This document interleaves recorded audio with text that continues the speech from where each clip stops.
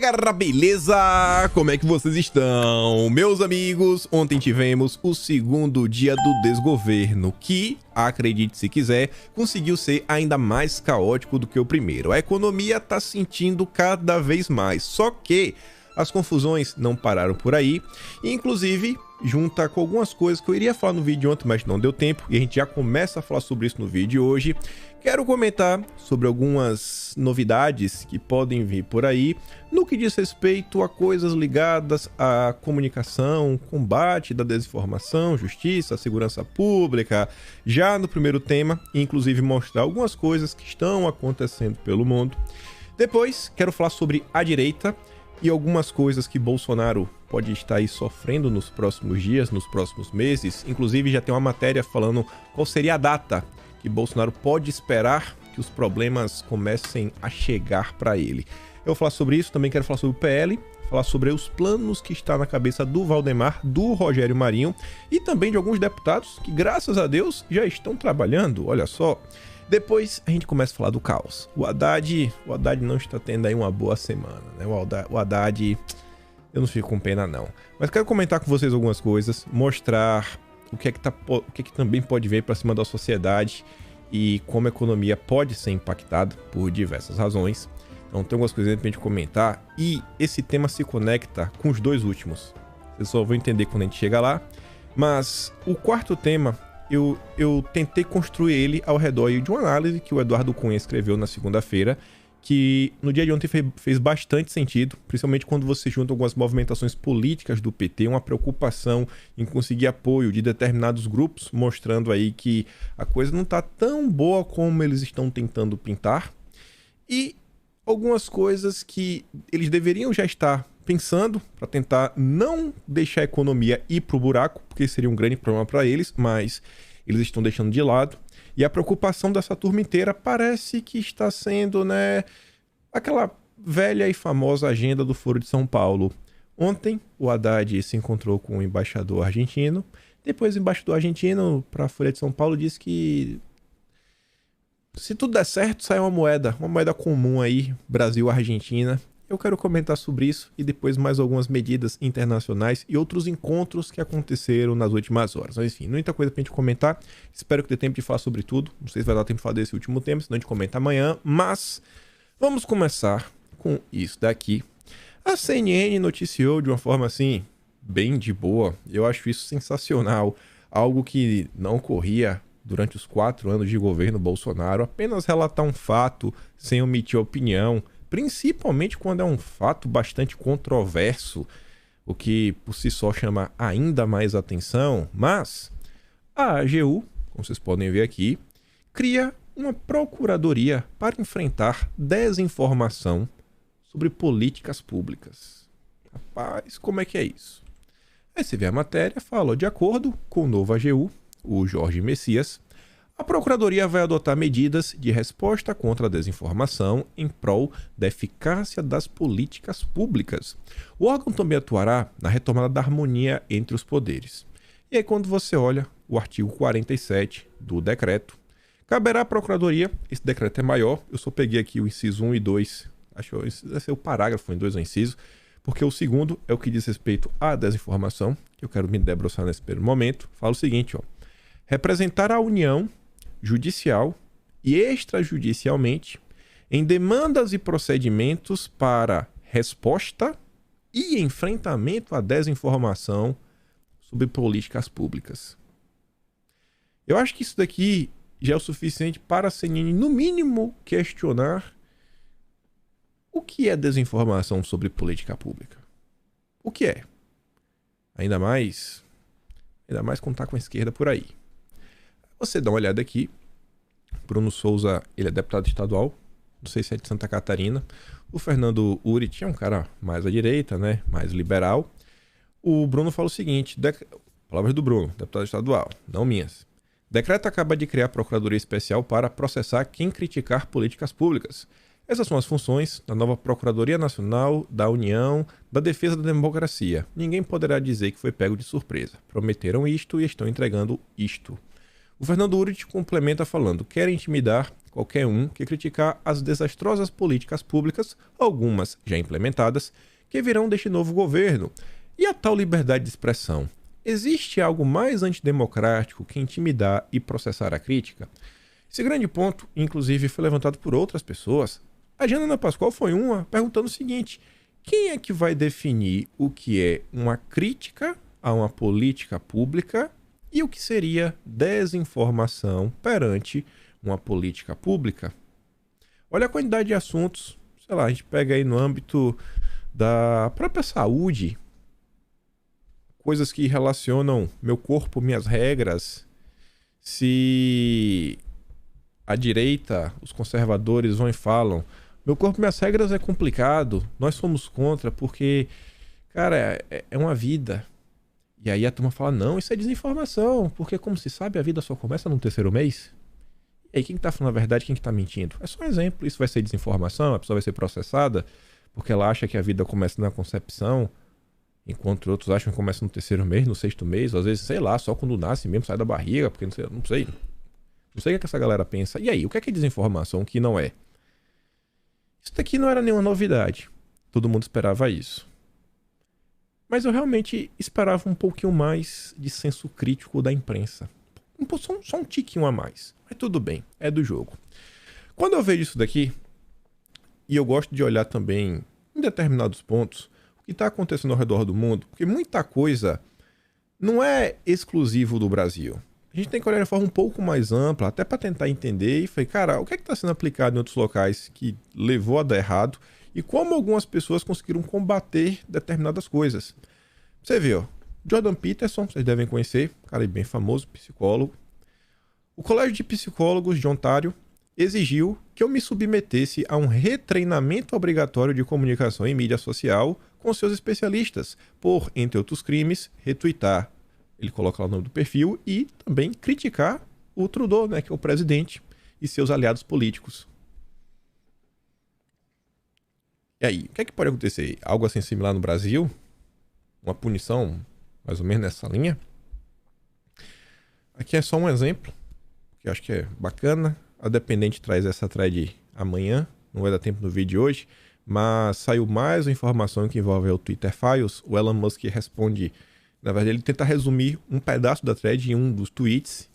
A agência governamental dos Estados Unidos exigiu a suspensão de 250 mil contas. Não é 250 contas no Twitter, é 250 mil, incluindo jornalistas e autoridades canadenses. Continuando, voltando para o Brasil, na SECOM, Paulo Pimenta promete comunicação sem cercadinhos e combate às fake news. Também comentamos aí sobre a secretaria que estará dedicada a fazer esse monitoramento das redes sociais e tudo mais. Também ficamos nos questionando, cara, o que vai ser monitorado? O que será monitorado? Qual será o intuito disso? Meio complicado, quais seriam as punições para quem pisar fora da linha? E aí veja, esse tema também, né, a desinformação é um problema que assola o mundo. Teremos em breve aí o Fórum Econômico, lá em Davos. E esse perfil aqui, Wall Street, ele coloca a nota, né, que fala o seguinte, né, que o Fórum Econômico vai discutir como combater a desinformação no seu encontro agora de 2023. Tá no foco do encontro esse tema, desinformação. Você vê que é algo que assola o mundo. E o Wall Street Silver, ele pontua o seguinte, que ninguém desse grupo foi eleito. Ninguém foi eleito. E eles, sem nenhum cargo eletivo, vão discutir como podem censurar melhor o que consideram ser desinformação, que é o que circula nas redes sociais. E depois ele dá alguns exemplos que envolvem a questão da área da saúde. Outra coisa que eu acho que tem a ver com mídia, comunicação, né, controle, regulamentações, punições. New York Times. O Zelensky assinou uma legislação que expandiria significativamente o poder regulador do Estado sobre a mídia noticiosa. Uma medida que os jornalistas alertam que corroerá a liberdade de imprensa. Basicamente, ele pode falar quem pode funcionar e quem não pode funcionar. Corta o sinal e já foi.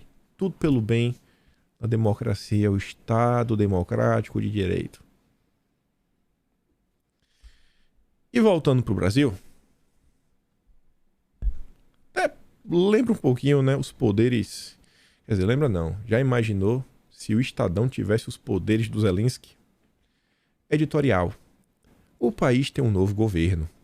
Precisa agora, o quanto antes, de uma nova oposição, que as vozes autoritárias se calem. Só vou falar que sejam caladas. É preciso construir novos consensos que sejam de fato solução e não retrocesso. Eu só separei 2 parágrafos. O problema revela-se em toda a sua dimensão quando Dilma anuncia o que vai fazer em seu governo. Ontem, ele não deu nenhuma oportunidade para se pensar que ele entendeu os erros das administrações petistas passadas e que almeja, em seu 3º mandato, fazer algo diferente. O presidente prometeu revogar o teto de gastos, ao qual qualificou de estupidez, mas não disse o que pretende colocar no lugar. Disse que vai alterar a reforma trabalhista, ignorando que se trata de um dos grandes avanços dos últimos tempos. Reafirmou seu credo no papel indutor do Estado, prometendo bancos públicos e Petrobras alinhados nessa empreitada. Nada disso gera boas lembranças. Ontem, o Dilma disse que deseja honrar a confiança e corresponder à esperança do eleitor. Não há como fazer isso com a pauta petista de governo. Nas urnas, o eleitor não deu aval à estatolatria lulopetista. Ele apenas negou a Jair Bolsonaro um 2º mandato. Basta ver o tamanho modesto da bancada da esquerda no Congresso na próxima legislatura. Além disso, foi justamente a agenda do PT que gerou a crise política, social e econômica que desembocou na eleição de Bolsonaro e na qual o país continua imerso. Você vê que eles conseguem identificar inúmeros erros. E esses erros não são novidade. Durante o pleito, todo mundo sabia que esse seria o caminho a ser seguido. Mas eles preferiram destruir Bolsonaro, destruir a figura de Bolsonaro, colocar o Brasil em risco para eles se tornarem a oposição. Eles se tornaram a oposição. É a única forma, né, dos lindos e cheirosos continuarem comandando o Brasil, ditando para onde devemos ir, para onde não devemos ir, etc. e tudo mais. Então, que tipo de oposição que eles estão querendo criar? No final do dia, assim, tudo o que eles estão falando já vinha sendo dito. Realmente, a direita tem que ser calada, porque senão a imprensa, no máximo, vai falar mais do mesmo. Isso daqui, para qualquer pessoa de direita, assim, cara, isso aí tá sendo dito já tem mais de 6 meses. Aí fica difícil nascer uma oposição, né? Com 6 meses de atraso. Então, se faz importante, talvez, o silêncio de algumas vozes. Mas vamos continuar. Pega esse primeiro tema, pra gente falar mais especificamente de Bolsonaro e um pouco mais da direita. Flávio Dino assume com promessa de pente fino em inquéritos sobre os atos. Segundo ele, fala dele, ele falou com o delegado Andrei, que é o novo comandante da Polícia Federal, no sentido de que todos os inquéritos relativos aos crimes contra o Estado Democrático de Direito, né, tudo mais, etc., atos hostis contra poderes constitucionais, deverão ser trazidos ao diretor-geral para que ele examine. A ordem é para que tentemos regular o andamento dos inquéritos abertos e para que os inquéritos ainda não instalados sejam instalados. Eu me refiro desde o bloqueio de estradas no dia seguinte do segundo turno. É dever da PF apurar esses crimes, declarou o novo ministro da Justiça. Existe um aceno claro. Cara, eles vão olhar e se acharem irregularidades, a confusão está feita. Tinha saído a matéria antes da virada do ano, no dia 29, que falava o seguinte: qual seria a prioridade da Polícia Federal, né? Na verdade, do futuro diretor-geral da Polícia Federal ao chegar no cargo. A primeira missão é resgatar a institucionalidade. A Polícia Federal é uma polícia de Estado que não deve proteger nem perseguir. Nenhum nem outro, né? Institucionalidade. A priori era um bom aceno. E aí, no dia de ontem, sai essa nota. E aí, faço alguns levantamentos e pequenas reflexões, que é o seguinte. Flávio Dino anuncia primeira missão da Polícia Federal no governo. Toma aí Não é de hoje, vem fazendo alguns acenos, vem rolando algumas coisas, algumas falas. A esquerda vem num coro grande aí, falando que quer inclusive prender Bolsonaro. Estão tomando ações para isso acontecer. E no dia de ontem, houve um vídeo bastante compartilhado nas redes sociais, onde as pessoas não receberam nada bem um ministro. Não dá pra falar que ele foi bem tratado ou que foi coisa... Ele foi maltratado. Vamos falar assim, numa boa, sem nenhum problema. E pessoal, olha só. Por mais que as pessoas estejam insatisfeitas, com o que está acontecendo, e se vocês abrirem o meu vídeo lá do período onde teve aquele evento nos Estados Unidos e que algo similar aconteceu, que as pessoas foram lá para frente do evento, falaram algumas coisas, eu vou falar basicamente a mesma coisa. Pode ser quem está assistindo de fora, que é de direita, pode pensar que é o seguinte, isso daí me representa, lavou minha alma, etc.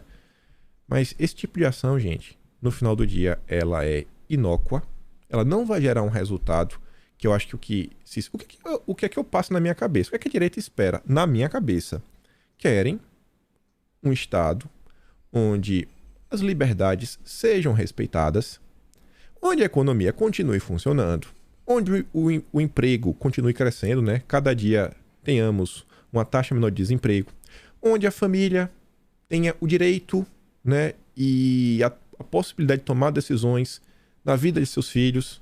Então, assim, coisas que eu acho que são assim, salutares para a direita. Que nossos valores sejam respeitados, que tenhamos a possibilidade de proferir a nossa fé. São coisas assim, bem simples. Quando parte para esse tipo de iniciativa, vocês acham que a direita vai fazer, algumas pessoas vão fazer acontecer e vai ficar por isso mesmo? Será que essas pessoas não viram as consequências das ações lá dos Estados Unidos? Aí a direita tomou essa iniciativa mais uma vez. A direita não, né? Algumas pessoas no aeroporto. Perante isso, o Flávio Dino mandou avisar que a Polícia Federal está à disposição da corte para investigar ameaças da turma radical, segundo ele. Ele diz, vou enfiar o ofício, frisando que a polícia está à disposição para investigar os episódios de agressões e ameaças a ministros daquele tribunal e de outros. São extremistas, antidemocráticos, que perseguem magistrados nas ruas, aeroportos e restaurantes. Aí depois falou que, porque a vida é injusta, porque isso, porque aquilo outro. A turma da direita adora falar que o Brasil passa por um momento frágil e um momento delicado, mas querem agir muitas vezes como se estivesse na Disneylândia. E, gente, na vida, em diversos momentos, quando você aponta uma coisa, você fala, isso aqui acho que está errado. Como são várias coisas que a direita aponta dizendo que está errado. Não basta estar errado para você obter, muitas vezes, uma vitória. Você está falando de diversas pautas no legislativo. Você tem que pensar na forma como você age. Tem que pensar, porque vai ter alguma retaliação. E muitas vezes eu acho que a turma não pensa. Pode ser, às vezes, duro de ouvir isso daqui, mas você está achando, sei que o que você está falando. Você acha que não? Olha aqui a prova, já está acontecendo. Mas a gente falou grosso, a gente deu um pé na porta, etc. Qual você acha que vai ser o resultado? Pessoas começaram a ser responsabilizadas. Esse caminho, ele não vai levar a uma vitória. Pelo contrário, ele vai levar cada vez mais a uma ação, né, de reação, porque esse tipo de coisa ele acaba por justificar. Aí você vê, sem foro privilegiado, Bolsonaro voltará a ser denunciado à justiça por senadores da CPI. O que vocês acham que é mais efetivo? Ir e tomar uma ação no âmbito judicial, ou proferir xingamentos, palavras duras, etc, tudo mais? Mas o judiciário, né, nunca decide a nosso favor, etc. E por isso não vai continuar tentando? Tem tanta coisa aí que pode ser colocada à frente. É tentar o máximo. A Veja traz uma matéria falando o seguinte: quando Jair Bolsonaro deve começar a correr mais riscos na justiça? E eles colocam aqui a data, o mês de fevereiro, que é quando acaba o recesso e principalmente as cortes superiores voltam a trabalhar. Então, se estiverem procurando uma data onde algumas coisas contra Bolsonaro possam começar a andar, seja para medidas serem arquivadas ou para algo acontecer contra ele, a partir de fevereiro. Então não falta muito tempo assim.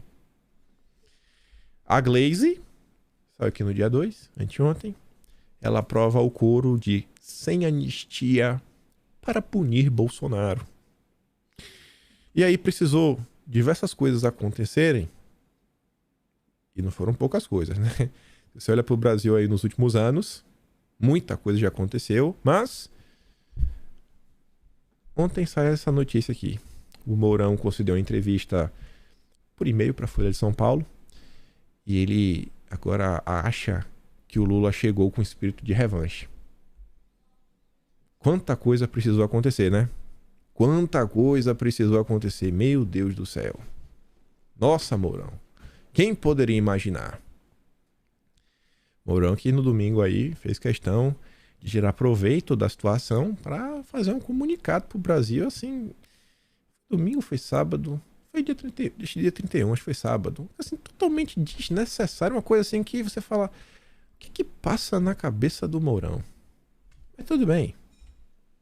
Seguindo aqui, eu quero mostrar essa foto, porque eu vi uma thread, que eu vou mostrar já em seguida. Mas olha aí, né? Você vê o pessoal das forças batendo continência pro José Múcio. Eu trouxe o Mourão também junto, de propósito. Por quê? Entrar aqui mais uma vez na questão da discussão da direita e começar a discutir, né? Porque eu acho que todo mundo quer começar a vencer. Eu li essa thread aqui, eu achei algumas coisas interessantes. Não concordo com ela por um todo. Mas o Herbert fala o seguinte: afobação de uns, a alegria de outros. Ao culpar os generais por não ter acontecido a intervenção, alguns apoiadores de Bolsonaro fazem a gentileza de confirmar a tese que a esquerda defende desde 2018. Bolsonaro sempre quis dar golpe, só não deu porque não conseguiu. Já pararam para pensar sobre isso? De lambuja, ajudaram a mídia a transformar figuras de diversos poderes, principalmente do judiciário, e outras em heróis da democracia. A turma tá o tempo todo falando, tem que fazer isso, fazer aquilo, etc. E você vê, tem postagem nas redes sociais, e sempre tem aquele que se passa, a mídia vai pegar a exceção da exceção da exceção para tentar pintar e falar aqui, ó, tá de forma generalizada. Olha o que fizeram lá no caso, né, do artefato, lá de Brasília, que pegaram o cara. Não pegaram para tomar como exemplo, para falar que os acampamentos eram assim. Olha a quantidade de medidas que já aconteceram após o ocorrido. E, né, usaram a democracia justificando a censura e estado de exceção perante parte da população, alegando o caminho para inelegibilidade e prisão de Bolsonaro. Com apoiadores assim, quem precisa de inimigos? Que o público emocionado caia nessa, ok, mas para quem ostenta pose de intelectual e se propõe a guiar o público, é absurdo. E aqui acho que está falando de muitas pessoas, né, jornalistas, influenciadores, etc. A turma aí que está nas redes sociais tem um pouco mais de engajamento. E que eu sempre digo, tem que ter um pouco mais de responsabilidade com o que você diz e o que você fomenta. A não ser que seja proposital, para tirar Bolsonaro de cena, desejo de muitos que querem ser referência política, cultural e intelectual da direita. Bolsonaro brilha demais, não tem espaço. Muitos falaram de fontes, que tinham informações, etc. Um misto de papagaiagem com torcida. Queriam que acontecesse, por isso botaram pilha nos seguidores. Jornalismo e análise de verdade checa a fonte, procura o referente das palavras na realidade, pesa as circunstâncias.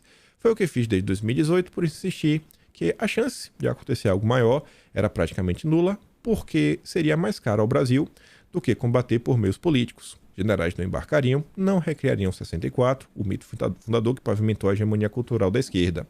Acontece que é fácil pintar um cenário em que os generais são meros positivistas toscos que não entendem, né, de nada, etc., só querem regalias do cargo. É uma forma de forjar a aparência de superioridade intelectual da persona criada para vender coisas e pedir pix. Isso não significa que os generais são gênios, mas sim que há um abismo de preparo entre quem tem mais de 40 anos sendo testado numa carreira exigente e quem começou a falar de política outro dia usando táticas de marketing digital, muitas vezes até imitando Olavo, o que Olavo tinha de mais hiperbólico. Mas, para quem não quer admitir quem se enganou, enganou os outros ou fez torcida disfarçada de análise, resta direcionar a frustração do público às forças, a Bolsonaro ou qualquer outra coisa.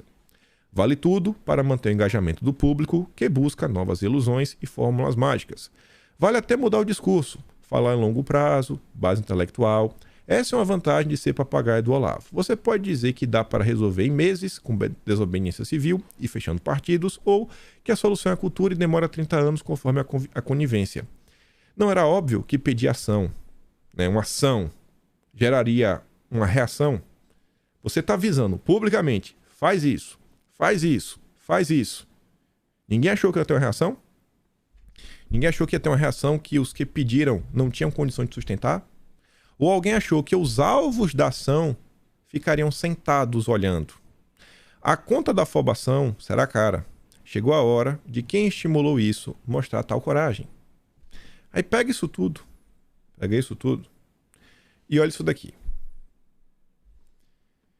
A direita, tem um bom tempo, vem pontuando muitas coisas. E há muito tempo, alguns setores, eles vêm sendo cobrados. Cobrados que eles possuam uma atuação mais intensa, mais inteligente, como, por exemplo, os nossos legisladores, os nossos deputados. Esse discurso, pessoal, que nada adianta. Está tudo perdido. Porque agora, quando chegar no legislativo, se eles não passarem no legislativo, eles vão recorrer ao judiciário e vai passar. Pessoal, isso é insustentável. Isso é insustentável. É insustentável. Não dá para ser assim uma relação. Eu vejo isso como insustentável e basicamente improvável. Deve acontecer, vez ou outra, ou talvez com muito mais frequência do que deveria, perde no Congresso, recorre. Deve acontecer. Mas não dá para bater nessa tecla. E não dá para ficar nessa o tempo todo, sabe? Vitró, tem que parar pra pensar, cara, o caminho que tá seguindo não tá trazendo muitos frutos. Vamos aqui parar por um segundo e pensar o que a gente tem que fazer aqui para seguir um caminho que possa trazer algum tipo de melhoria. Se foram feitos decretos para derrubar as portarias, outros decretos de Bolsonaro, etc., no que diz respeito à possibilidade do cidadão se defender, o erro já começa por conta dos deputados.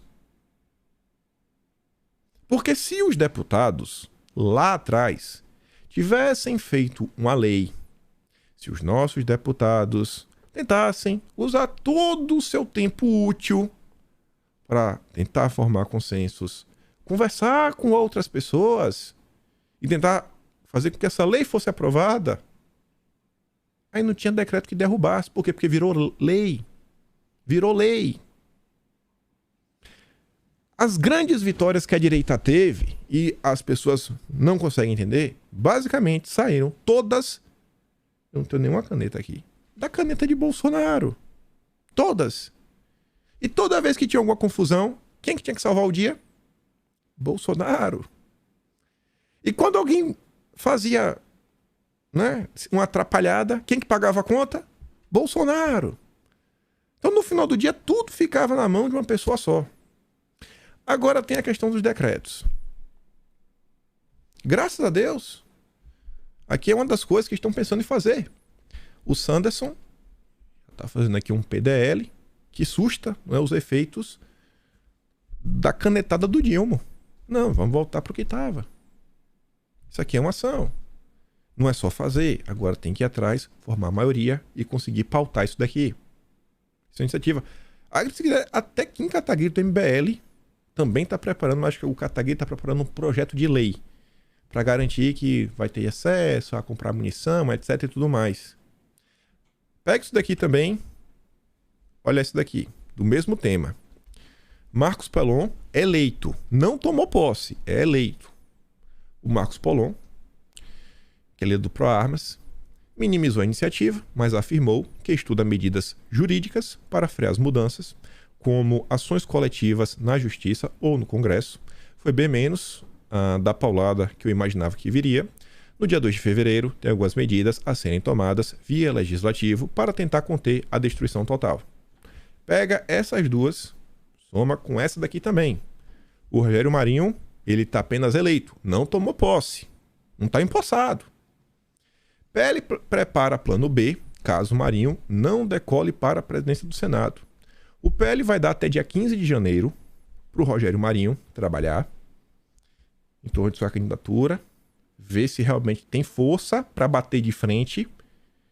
Porque se não tiver força para bater de frente, olha só, se não tiver força para bater de frente, peraí, quantos votos nós temos? Tem força, que é para quê? O PL já é a maior bancada. E aí vê se tenta pegar. Ele articula a retirada da candidatura dele para negociar comissões importantes. A CCJ, tudo passa por lá. Ou a CAI, que é a Comissão de Assuntos Econômicos. Que basicamente qualquer projeto que tem impacto econômico passa pela CAI. Além de um espaço na mesa diretora. Então não é abrir mão por nada. O Rogério Marinho não está eleito. Não está empossado, desculpa. Não está com mandato. Se o plano for concretizado, o partido, que já se declarou como oposição ao presidente, pode dificultar a vida do governo, já que as principais pautas e indicações a cargos com avaliação do Senado passam por esses colegiados. Eu trouxe tudo isso porque, desde o ano passado, diversas coisas estão acontecendo.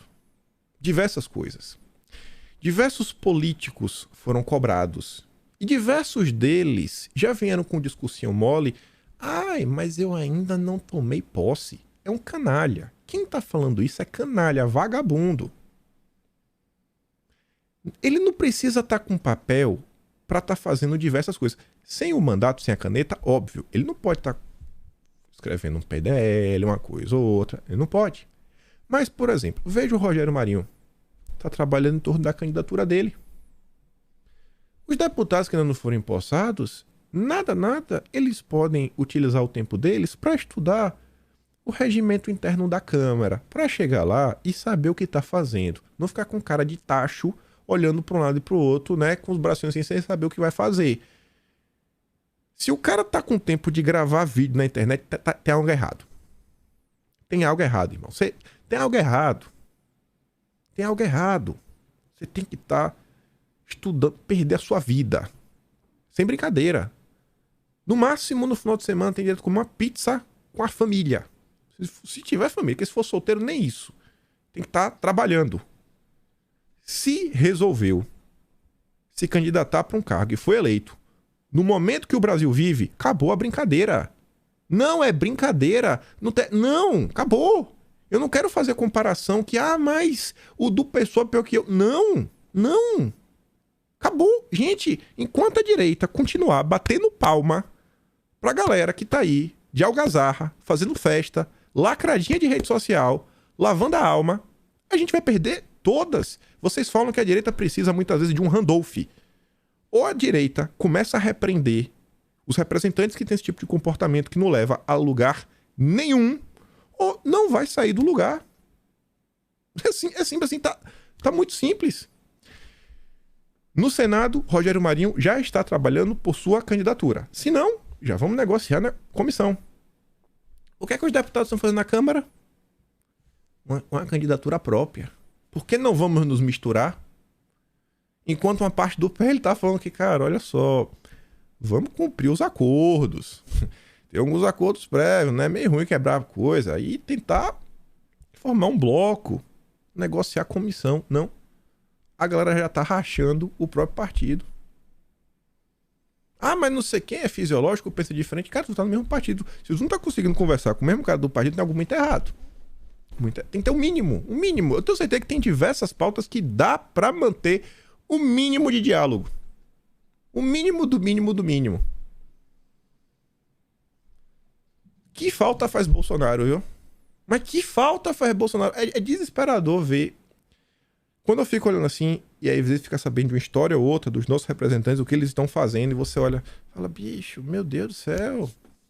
E aí, vai fazer o que realmente assim, né? Tem muita coisa que dá pra ser feita. Mas não, tem muita gente que tá na internet chorando no Twitter, postando reels no Instagram, né? Dancinha no TikTok. É pra acabar. Os deputados, mas não foi impostado, não importa, vai fazer qualquer coisa. Você já tá, sabe? Você tá eleito pra isso, vai trabalhar. Cansei. Valdemar, PL. O cara pode estar lá no PL. Passa o dia lá dentro. Tenta entender o partido. Vira amigo de todo mundo. Sai da internet. Sai. Sai. Não quero mais ver tua cara. Você viu, ó. Olha o que tá passando na cabeça do Valdemar. Eleição em 2024. Eu tenho certeza que se tu conversar com o Valdemar, ele pode não ter um plano completo. Mas algumas diretrizes ele já tá pensando. Algumas coisas que ele espera que Bolsonaro faça pro PL crescer já tá na cabeça dele. Alguma coisa ele já tem. Se pegar o deputado pela mão, o que é que eles têm na cabeça de 2024? Deve ser assim, eu quero ser prefeito tal lugar, eu quero ser isso, aquilo outro. Por quê? Ele pode sair, né? Ele pode disputar e voltar. Se perder, não acontece nada. É com certeza o que tá passando na cabeça, é tipo o senador, né? Vai ter vários senadores, como por exemplo o próprio Mourão, não duvide, seu Mourão, seu Sérgio Moro, querer ser candidato a presidente a todo custo em 2026, porque se perder, nada acontece, eles voltam pro Senado. É lindo demais, então qualquer tipo de candidatura para governador, não tem ninguém besta. A turma tem que começar a trabalhar. Olha a indicação de Valdemar. Gravou um vídeo ontem, falou, vai ser oposição. O PL está discutindo internamente a questão do estatuto. Sai da internet, deputados. Vai lá, trabalha em torno do estatuto. Coloca o partido mais à direita. Alguma coisa tem que ser feita. E ficar na internet lacrando não é solução. Eu vi ontem algumas pessoas cobrando alguns deputados. E tinha gente nos comentários falando, mas ele não tomou posse ainda. Gente do céu. Olha o que vocês estão defendendo. Vocês estão defendendo o direito do cara de ficar de barriga pra cima em casa. Enquanto a esquerda tá vindo com tudo pra cima, talvez, do único cara que fez algo real, concreto, duradouro, que estão tentando destruir a todo custo pelo Brasil, que foi Bolsonaro. Coitado de Bolsonaro, viu? Na boa. Mas vamos voltar. Vamos falar da carreta furacão. Bolsa caiu 9% e perdeu 546 bilhões de reais em valor de mercado desde a eleição do Dilma. Valor leva em consideração todas as empresas listadas na B3 e é equivalente a quase 4 vezes o valor da PEC do rombo, segundo a plataforma Trademap. Prejuízozinho basicão. Aí veja, tem aquela passada de pano. A Miriam Leitão, olha que manchete. Entenda a queda do mercado depois do bom discurso do Haddad. Já para dar a entender que o mercado é malvado. O Haddad fez um discurso tão bom, mas o mercado caiu. Aí qual a justificativa dela? Conversei com a área política e com a área econômica, né, do PT, e na verdade tem menos conflito do que parece. Ela tentando reduzir o conflito. Só que os sinais foram de uma desautorização do Haddad. Na minha avaliação, na avaliação óbvio que é dela, né? Porque ninguém em sã consciência pensa assim. Não houve essa desautorização. E era mesmo difícil começar subindo impostos. Mas a maneira como foi anunciado e a MP que deu 1 ano para o diesel e o gás de cozinha, além de 2 meses para a gasolina, acaba representando que parte do corte que o Haddad disse que faria fica adiado. Não foi isso que aconteceu. O Haddad foi bem claro. O governo não vai assinar. O governo não quer desonerar. Ele foi claro. Extremamente claro. Extremamente claro. E as notícias da época ainda falavam que não, a gente espera que o preço da gasolina vai cair porque o petróleo deve cair internacionalmente. Balela. O Haddad foi tratorado. E não manda em nada. E esse que é o grande problema. Também no discurso do Dilma, alguns sinais que preocupam o mercado. Além da revogação dos processos de privatização de 8 estatais, a fala do presidente trouxe a bandeira tradicional do PT, como a nacionalização da produção, o que quando excessiva, acaba distorcendo a economia. Lembrando o projeto que levou o Brasil a não se integrar às cadeias internacionais de produção. Só que aí, para fechar o artigo e tentar proteger o Dilma e o Haddad, a Miriam Leitão, assim como a Vera Magalhães, invoca a Bolsonaro. Estes são ruídos iniciais que podem ser esclarecidos ao longo do tempo. O mercado financeiro está mais sensível a qualquer palavra fora do tom neste momento. No final do governo Bolsonaro, houve um aumento de gastança, uma farra das desonerações, com aumento dos benefícios sociais de forma descontrolada, sem filtros, como disse ontem o ministro Haddad. O governo Bolsonaro terminou com desemprego recorde. Positivo, não negativo, né? Porque foi a redução absurda do desemprego. Terminou com superávit, terminou com as estatais dando lucro. respeitando regras fiscais. Eita, Miriam, rapaz, é joga abaixo, viu? O próprio governo Bolsonaro mandou uma lista de 2,5 milhões que não estão enquadradas no Auxílio Brasil, mas estão recebendo benefício. E nem sempre o mercado reagiu de maneira negativa. Como não, rapaz? Quantidade de notícia que saiu ao longo dos anos aí, que quando o Bolsonaro falava, pô, a Petrobras tá demais, viu? Porque assim, ó, sobe 10 centavos a gasolina no exterior, no petróleo, a gasolina da Petrobras pipocava. Aí quando o preço caía 20 dólares, uma semana, 2 semanas, a gente vai ver, tem uma reunião semana que vem, aí quem sabe a gente baixa o preço. Pra subir elevador. Pra descer, ixi, era escada rolante andando no sentido contrário, né? Que o cara vai e a escada tá te prendendo de volta. Não queriam baixar o preço, nada. Quantas vezes que o Bolsonaro falou alguma coisa daquele carro no mercado? Agora não, ela tá tentando apagar a história. Tudo pra proteger o Haddad. Aí vem, aqui fica bem claro, Haddad não tem plano e não manda em nada. E esse que é o grande medo. Porque a turma fala, cara, a gente tem um Ministério da Fazenda, onde a função do ministro é ser o poste. Qualquer erro, a culpa é dele. E poupa o Dilma. E as decisões, aparentemente, estão sendo tomadas pelo núcleo ideológico e político do PT. Não tem um embasamento econômico. Para onde vai a economia do Brasil? Aumentaram as despesas, não tem corte dos custos, aumentaram os gastos, não tem, as despesas que já tinham, ninguém está cortando, não se sabe onde é que vai vir novas arrecadações, vai para que lugar o Brasil? Haddad, após reação de mercado. Ficha sobre o legado de Bolsonaro caiu. Pronto. Aí o Haddad é sensacional. Ele deve ter procurado um marqueteiro para perguntar, cara, como que a gente faz para tentar tirar a culpa de mim e colocar em Bolsonaro? Olha qual é a tese do Haddad. Por que o mercado está tão triste? Em entrevista para o Brasil 247, só o Brasil 247 para acreditar, né? A audiência do 47 para acreditar no Haddad. O Haddad disse não acreditar que o governo Lula esteja sendo alvo de ataques especulativos. Haddad voltou a criticar a gestão Bolsonaro do país e afirmou que a sociedade está começando a tomar conhecimento da real situação do país. Não acho, né, que haja um ataque especulativo à nova gestão. As pessoas estão se apropriando dos números e do que aconteceu no Brasil em 2022. Estava um clima de que a economia estava no rumo certo. E esse clima está se desfazendo pela apresentação dos números do enorme rombo eleitoral deixado pelo Bolsonaro. A economia está indo mal, a bolsa está indo mal, tudo está indo mal, não por causa dos acenos que a esquerda está fazendo, dos discursos e das ações. Não. A economia está reagindo extremamente mal porque as pessoas no Brasil, olha só, estão começando a descobrir o que Bolsonaro fez. Esse aqui é aquele famoso, a culpa é minha e eu coloco em quem eu quiser. O Haddad é um gênio da comunicação, só pode. O problema é quem acredita. Além da turma do Brasil 247. Aí veio o João Amoedo. Teto de gastos é uma estupidez. A Previdência não é deficitária. As privatizações estão suspensas. Estas são algumas das ideias defendidas pelo governo Lula que deixarão o Brasil mais pobre, endividado e desigual. Ainda há tempo de revê-las. Esse fez o L com força.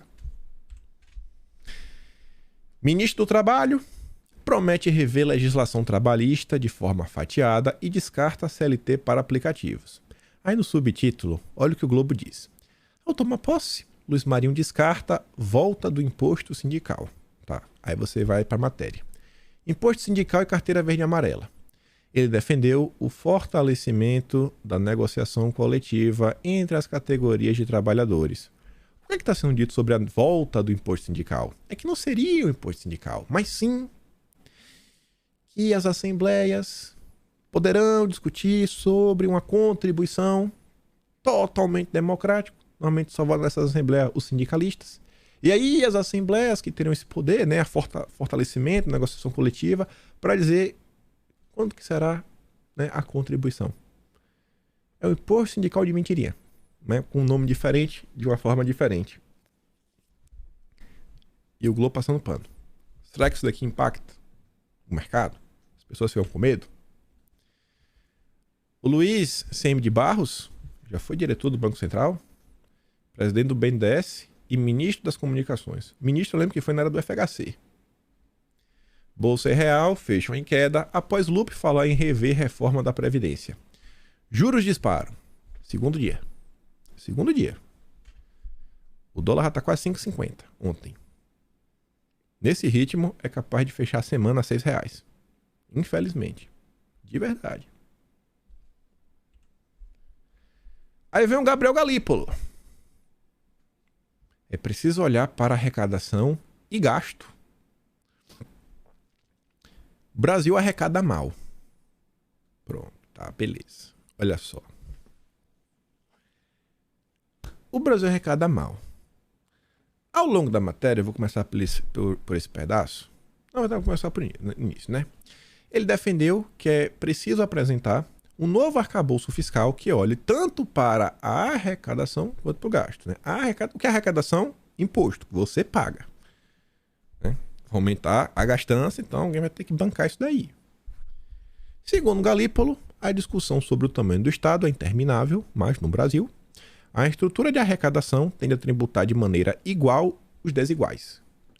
Aí eu entendo. Se ele está falando que arrecadar mal significa que o pobre paga muito e o rico paga pouco, eu até tendo a concordar. Vamos ajudar os mais pobres. Só que estamos numa discussão sobre uma grande questão, né? O governo vai conseguir pagar suas contas ou não? E tá todo mundo se questionando. Vai aumentar a arrecadação? O governo precisa aumentar a arrecadação. E quando se olha o cenário, as commodities, né, o cenário internacional, aparentemente a arrecadação brasileira ela vai diminuir. Então, meio que a única forma do governo conseguir manter as coisas no lugar é aumentando a carga tributária, aumentando os impostos. E isso é meio complicado, né? O Brasil já paga muito imposto. E aí quando diz assim, arrecada mal, assim, não, tá tributando de maneira igual. Não, então vamos fazer a coisa. A gente mantém o imposto do pobre do jeito que tá, a gente não diminui. E vamos aumentar o do rico, que o rico vai ter que pagar mais. Seria isso? Não sei. Eu sei que o PT já está falando de reforma tributária, comentando no vídeo de ontem. A Marina, inclusive, quer colocar, né, a regulamentação do mercado de carbono dentro de tudo isso. E aqui, só para mostrar para vocês uma coisa, ó, Instituto Brasileiro de Planejamento e Tributação. Brasil escala ranking mundial das maiores cargas tributárias. Caso o Brasil integrasse o rol de membros da OCDE, composto de 33 países, estaria ocupando o 14º lugar no ranking geral dos países com o maior percentual de carga tributária, 34,5%, segundo dados divulgados pelo IBPT, que é o Instituto Brasileiro de Planejamento Tributário. O Brasil é quase líder mundial de imposto. Olha aí, ó. Só perde para a República Tcheca, Alemanha, Luxemburgo, Eslovênia, Hungria, Noruega, França, Áustria, Finlândia, Bélgica, Itália, Suécia e Dinamarca. Estamos deixando os países desenvolvidos no chulé. Então, quando se fala que arrecada mal, me pergunta, em relação a quê? Vai aumentar ainda mais a carga tributária no Brasil? Aparentemente é bem alta. Aí que vem. Segundo Haddad, transição ecológica é oportunidade de reindustrialização. Estranho, viu? Um governo verde e woke.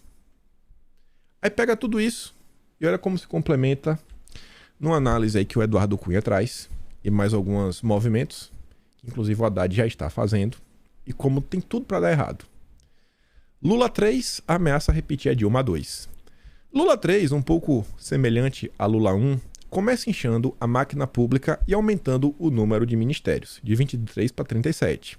Única e exclusivamente para ter cargos, né, para distribuir para a turma deles e, principalmente, formar uma frágil composição política, incapaz de dar uma maioria sustentável no Congresso, além de trazer raros nomes com luz própria que passem a ideia de eficiência de seu governo. Aí lista lá os partidos da esquerda. Estes estão com basicamente 27 ministérios, que são os partidos aliados, e aquela turma que não é filiada a nenhum partido, mas é de esquerda. Esses ministros aí E ainda somando os partidos que são de esquerda, mas aliados que não foram contemplados com nenhum ministério. No total, são 140 deputados. E isso são 27 ministérios. Aí sobra 10. Em tese, Lula teria atraído mais 3 siglas: PSD, MDB e União Brasil. O resultado, a princípio, seria uma maioria não tão folgada, que a maioria mesmo é 257, então você teria aqui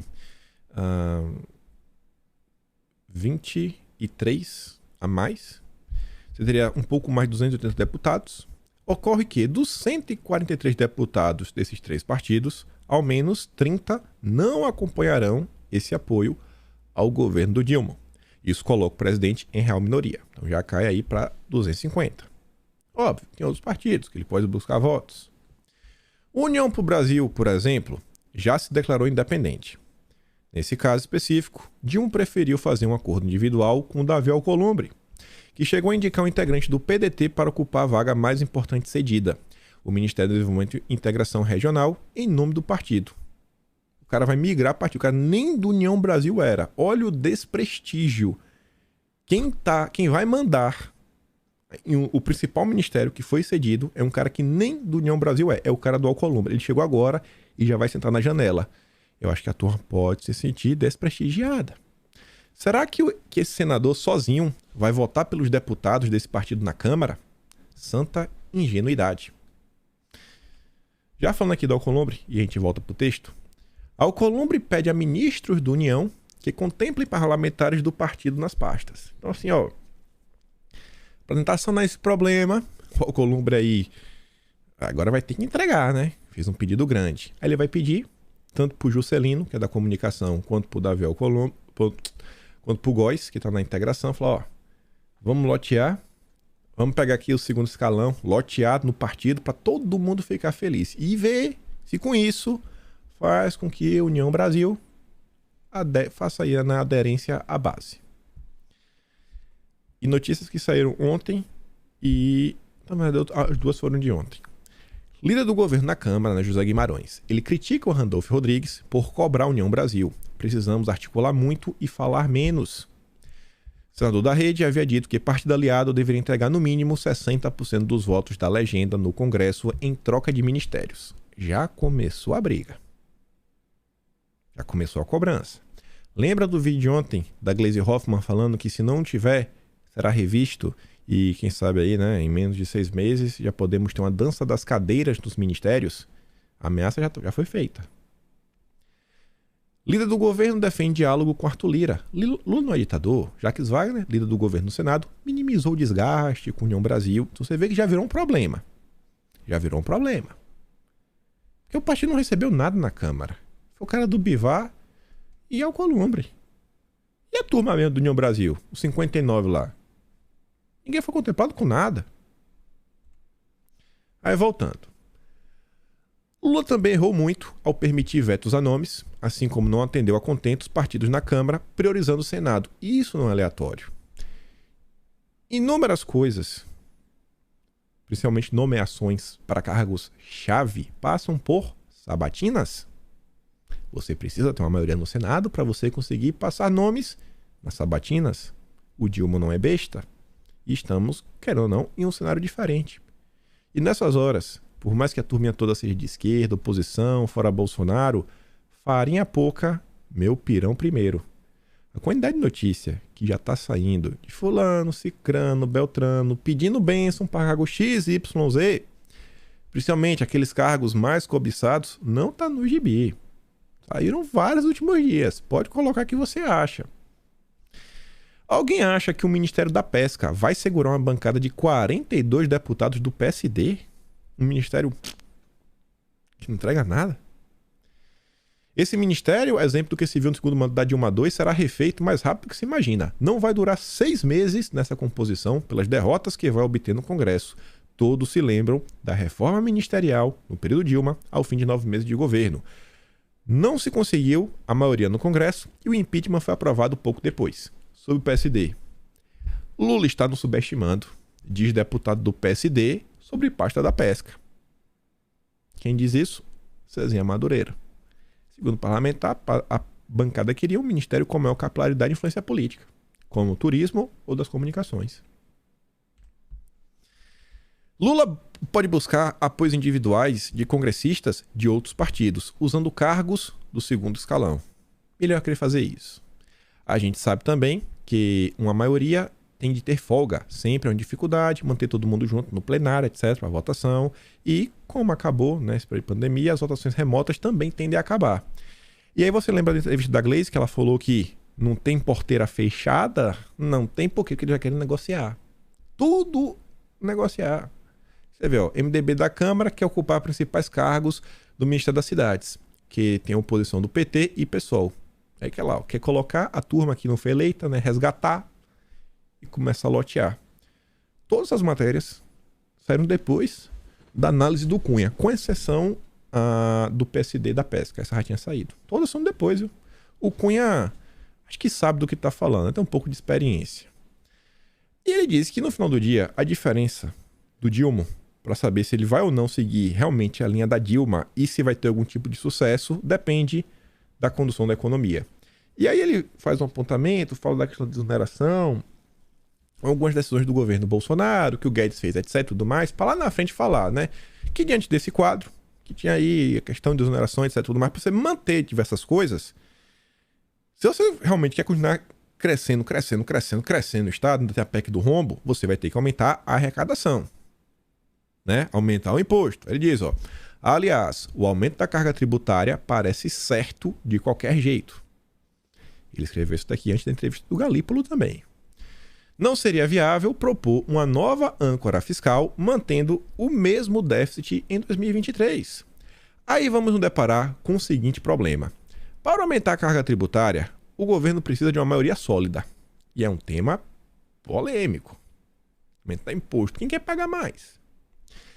Pela minha experiência, uma reforma tributária, necessariamente, traz uma de 3 consequências. Primeiro, a União perde dinheiro, São Paulo perde dinheiro, ou o pagador de impostos perde dinheiro, ou seja, o povo.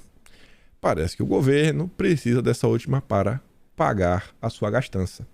E ele ainda diz que diante de tudo isso daqui, ao longo do texto, né, ele fala disso na economia, vai falar se vai ser sucesso ou não, e ele diz que além de tudo isso, algo precisa ser apresentado o quanto antes, principalmente pelo Haddad. E não só ser apresentado, como entrar em prática e funcionar. Estamos caminhando de forma rápida e acelerada para o abismo. E será que o Haddad está preocupado em salvar a economia brasileira? Antes disso, o Haddad ele também tem que se preocupar com seus concorrentes, com o famoso fogo amigo e uma ministra que está no ministério meio sem graça, mas que tem um pouco a ver com essa questão econômica.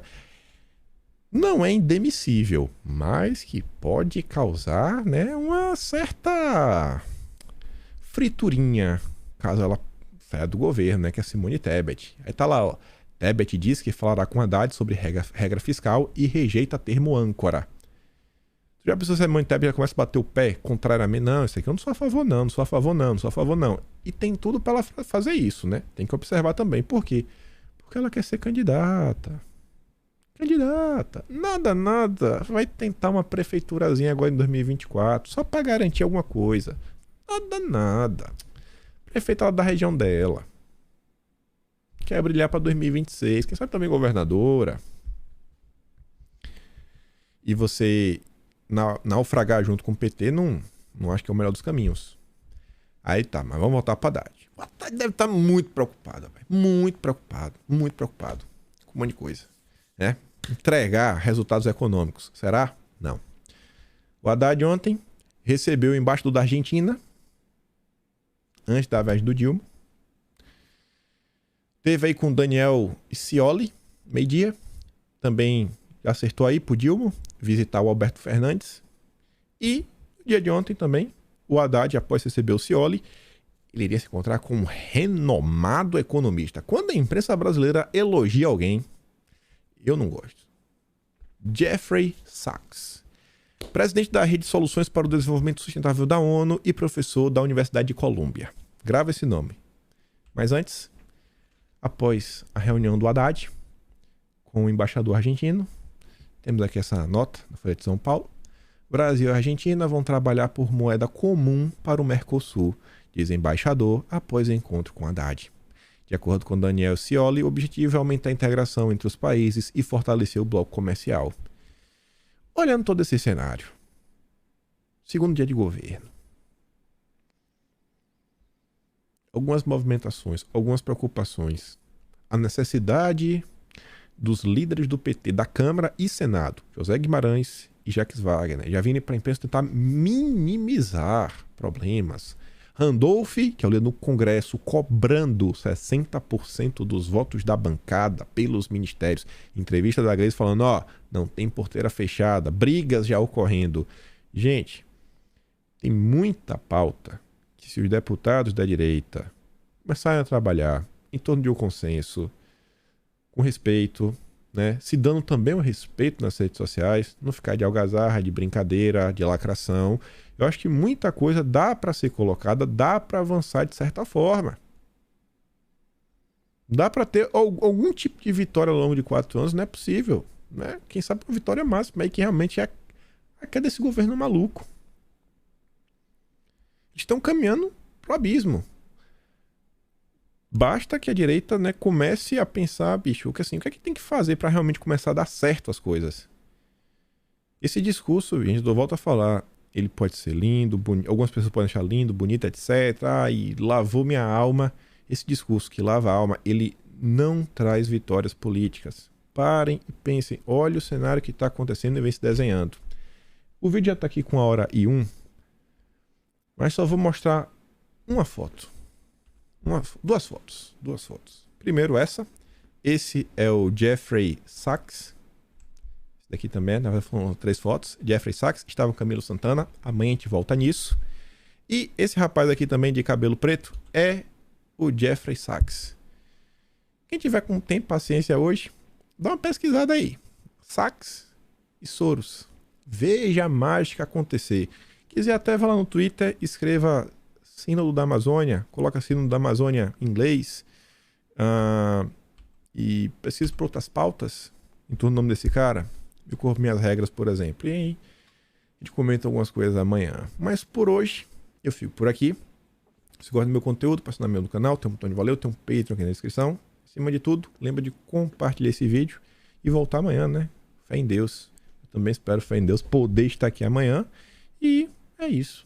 Aquele grande beijo, abraço, tamo juntos. Valeu, meus amigos. Fui.